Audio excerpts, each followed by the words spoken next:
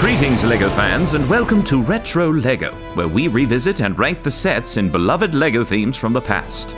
Today, we embark on a quest to the first unapologetically fantasy-themed faction of LEGO Castle, the Dragon Masters.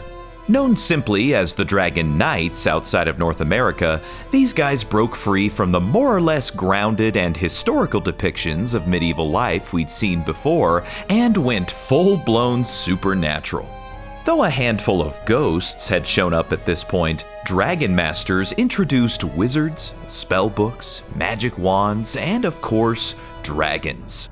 These 10 sets, released from 1993 to 1995, took LEGO Castle in a whole new direction, introducing new elements and storytelling features that have endured to this day.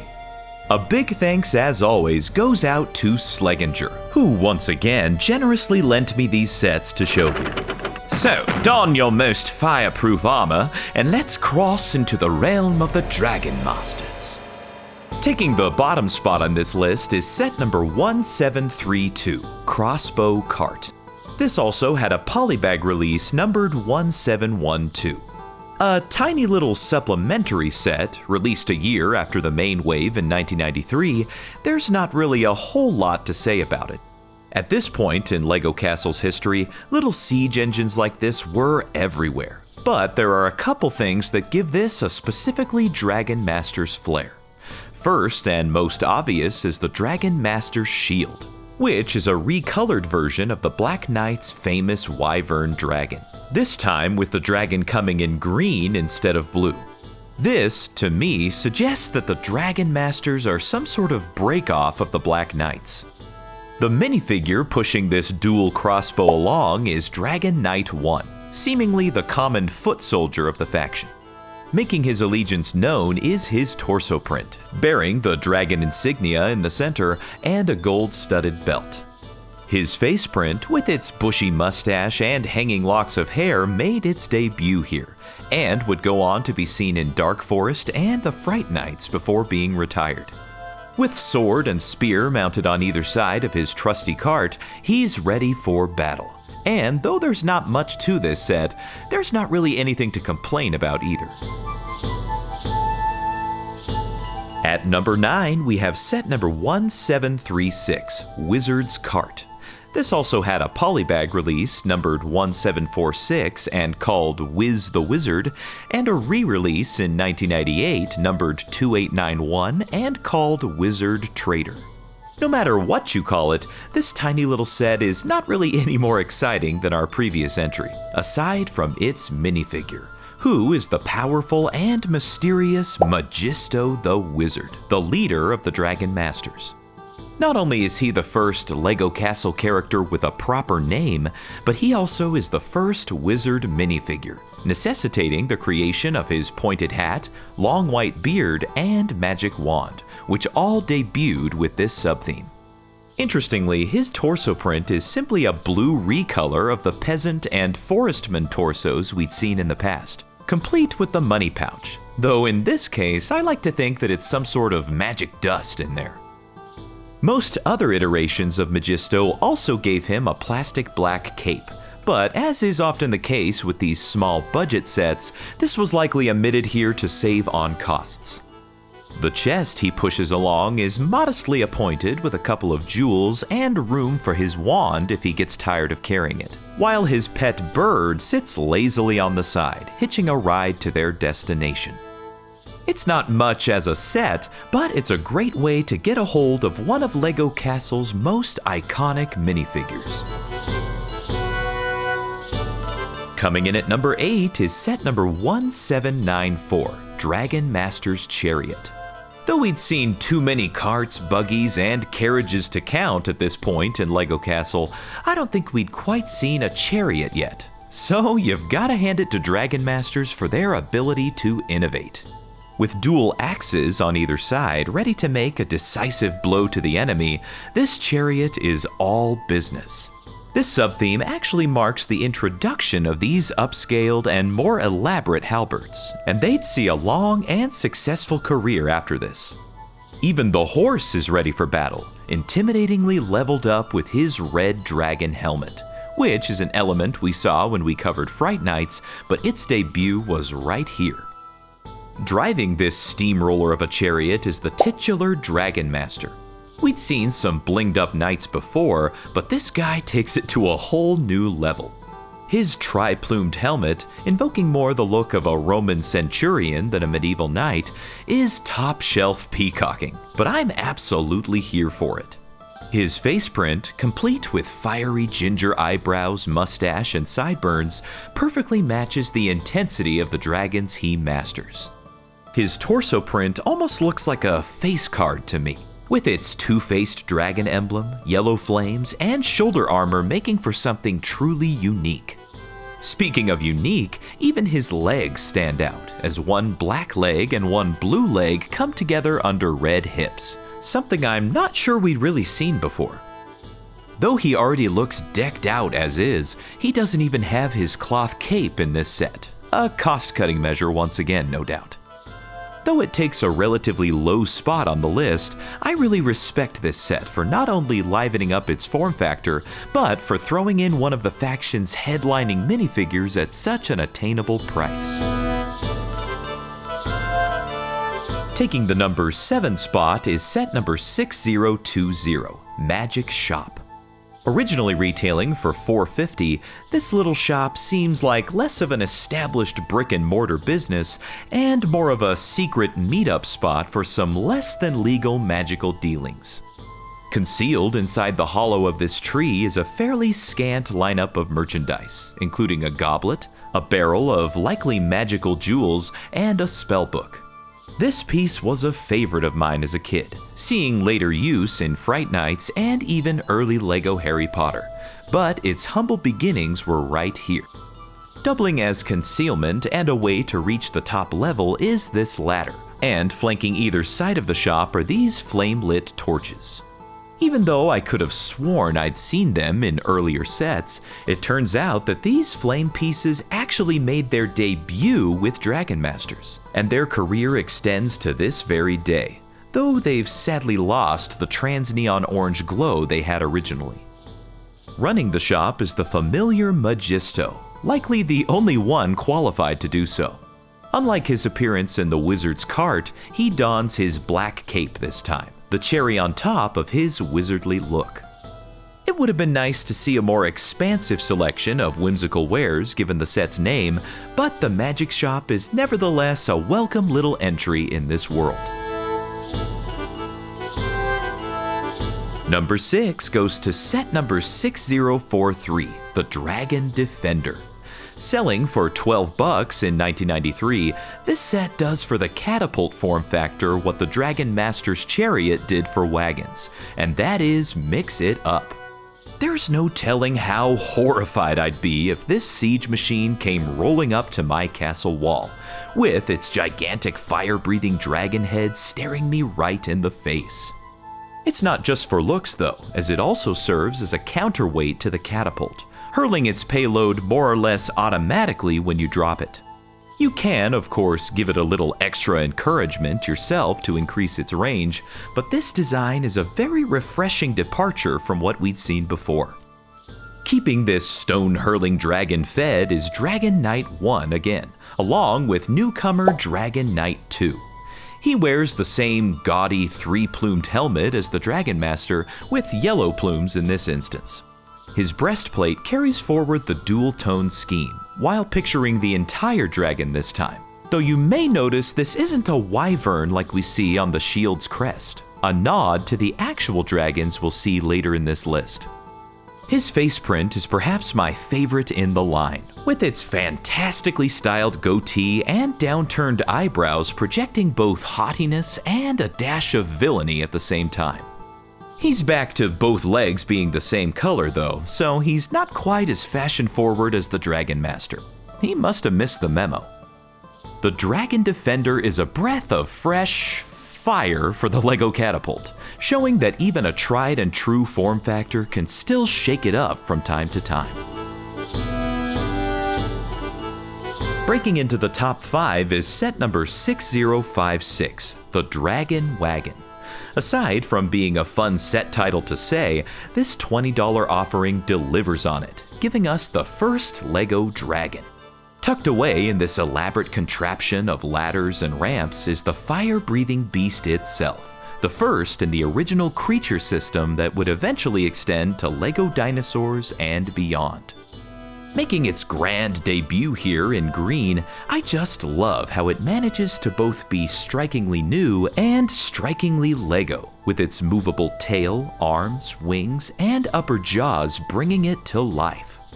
As I mentioned with the Fright Knights, the tiny pegs at the base of the fire elements enable the dragon to breathe its deadly flame, and it's the very reason those timeless elements were created in the first place. So thank you, dragon.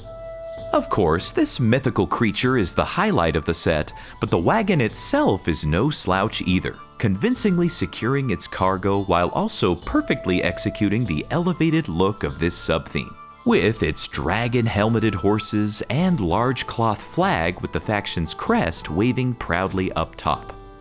Though we'd seen cloth sails before, Dragon Masters was actually the first introduction of cloth flags and capes, the latter of which we'll see later. Escorting the dragon are the same two guys we saw in the previous set, so let's hope they get along. The Dragon Wagon is a fantastic little set, and I applaud LEGO for not keeping its fancy new creature design locked behind only the most expensive sets in the line.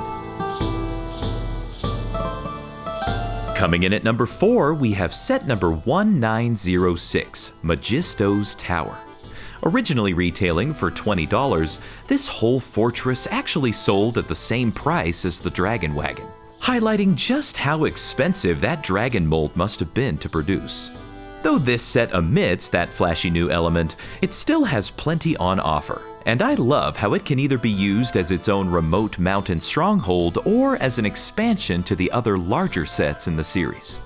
The printed panels and arches on the front really set the more fantastical tone this sub-theme is going for, reminding me of something you might see in Lord of the Rings. The torches lighting the entrance feel so at home that it's once again hard to believe that those flames were introduced here. The interior is pretty much your standard LEGO castle fare, but throws a curveball with its curved staircase leading up to the titular tower. This mold was pretty rare to see in any color, but even more rare in black, only having been used in Dragon Masters and Time Twisters a few years later. Once you're up the stairs, you're treated to a small quarters with a cooking area, and if you can manage to reach the top level, there's a chest full of jewels for the taking. This place may look like it only has one entrance, but should Magisto need to enter or slip away undetected, he has a secret passageway in the rock wall, both acting as a charming play feature and a way to open up the play area a bit more. Aiding a quick getaway is Majesto's personal chariot, looking particularly speedy with its 2 dragon wings in the back. The set comes with 3 minifigures. It certainly wouldn't be Majesto's Tower without Magisto, but we also get 2 set-exclusive versions of our 2 favorite Dragon Knights. Knight 1 gets solid gray pants this time, while Knight 2 switches out his plumes for red and picks solid black pants this go-around. Majesto's Tower is a sharp-looking fortress and works well as both a standalone and a supplemental entry. Snagging the number 3 spot is set number 6076, Dark Dragon's Den. Selling for $43 in 1993, this remote holding area almost looks like the dragon's original mountain cave, simply augmented by the Dragon Masters. I'm not sure if the dragon would consider the addition of a cage to be an improvement, but it gives these guys the ability to corral the beast when needed. One can only hope that the 2 large grated cage doors on either side, a part that debuted with the Black Knight's castle the year before, have what it takes to contain it. The tower on top, accessed with the use of another curved staircase around the back, is the perfect place to survey the surrounding area, while access to the dragon for training purposes is gained through this secret stone door in the front. This, coupled with the rocks and trees that this is all built on, really gives me Forestman vibes, and I ain't mad about it. Another cloth flag waving from the top parapet signals for others to stay away, or else face the wrath of the dragon. The set includes 4 minifigures, all of whom we've met in one way or another, but the Dragon Master gets his cloth cape this time, emblazoned with the same crest as the flags. This really levels up his already gaudy look, and one can't shake the feeling that he thinks a lot of himself. The Dark Dragon's Den is a scrappy, secretive, adventurous setting, and that lack of a more established formality really sets this set apart. The runner-up is set number 6048, Majesto's Magical Workshop. Hitting shelves at $26, this set is perhaps the most iconic of the Dragon Master sets, having been given the remake treatment as a gift with purchase in 2023. That iconic status certainly has a reason behind it, as the design of this wizard's residence is absolutely striking, perfectly capturing both the medieval and the fantastical. The dramatically pitched roof invokes the image of a wizard's hat, instantly giving it a magical edge, while the blue shutters in the front give it a more cozy, domestic feel than the other structures this sub-theme has to offer. Don't let that cozy feeling lure you in too strongly though, as the mounted spears, swords, and halberds show that the inhabitants of this cottage are ready for a fight if need be.